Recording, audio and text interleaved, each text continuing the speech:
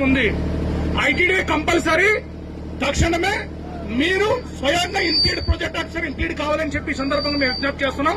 దాని మీద స్పష్టమైన మీరు హామీ ఇవ్వండి. మూడోది ఏంటంటే ఈ 170 ఎల్టీఆర్ నకిలీ ట్రైబుల్ మీద మీరు మన గిరిజన సంఘాలు ఉద్యోగ సంఘాలందరితో కలిపి ఒక మీటింగ్ అయ్యండి. మీరు ఎక్కడెక్కడ దొంగలు ఉన్నారో మేమంతా మీకు అప్పచెప్తాం. మీరు చర్యలు తీసుకోండి. ఇది వాస్తవానికి మేము చేయాల్సిన పని కాదు.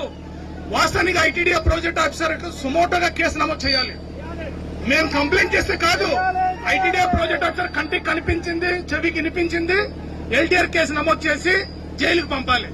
కానీ ఇప్పుడు వరకు ఆవిడకి ఎలాగొచ్చింది భూమి? ఆవిడకి నాన్ ట్రైబ్ కి 1917 నుంచి 1970 వరకు చెప్తుంది ఏంటి?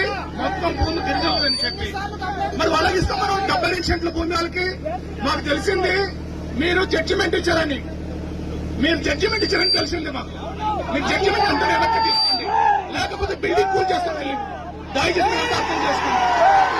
మీరే చట్టాన్ని అమలు చేయడానికి గిరిజనులకి చాలా సహనం ఉంది, ఓపిక ఉంది. ఓపికను మేము భరిస్తున్నాం, ఎందుకంటే మేము చట్టానికి గౌరవిస్తున్నాం కాబట్టి.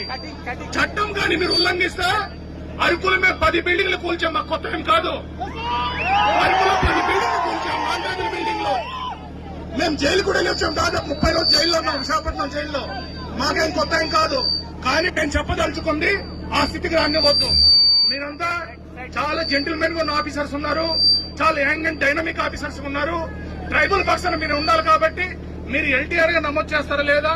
ఒక మీటింగ్ డేట్ సంబంధించి ఒకటి ఇవ్వండి. 2, మీరు 170 మీద సుప్రీంకోర్టులో ఇంప్లీడ్ అవుతారా లేదని చాలా స్పష్టంగా మీరు చెప్పాలని కోరుతున్నాం. పెద్ద ఎత్తున పోట్లాడాం. మేడం గారు ఒక నిమిషం, మిత్రులు ఆగలాగలే.